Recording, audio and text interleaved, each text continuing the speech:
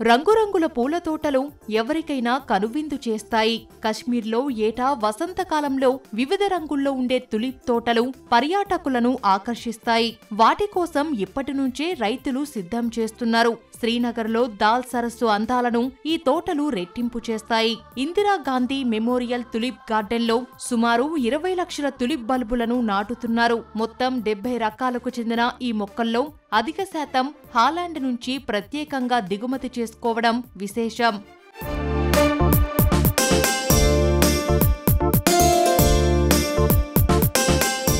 కొన్నేళ్లుగా కశ్మీర్ పర్యాటకంలో తులిప్ తోటలే అతిపెద్ద ఆకర్షణగా ఉన్నాయి. వివిధ రంగుల్లో పూసే తులిప్ పూల తోటలను చూసేందుకు ఏటా లక్షలాది మంది టూరిస్టులు సందర్శిస్తారు.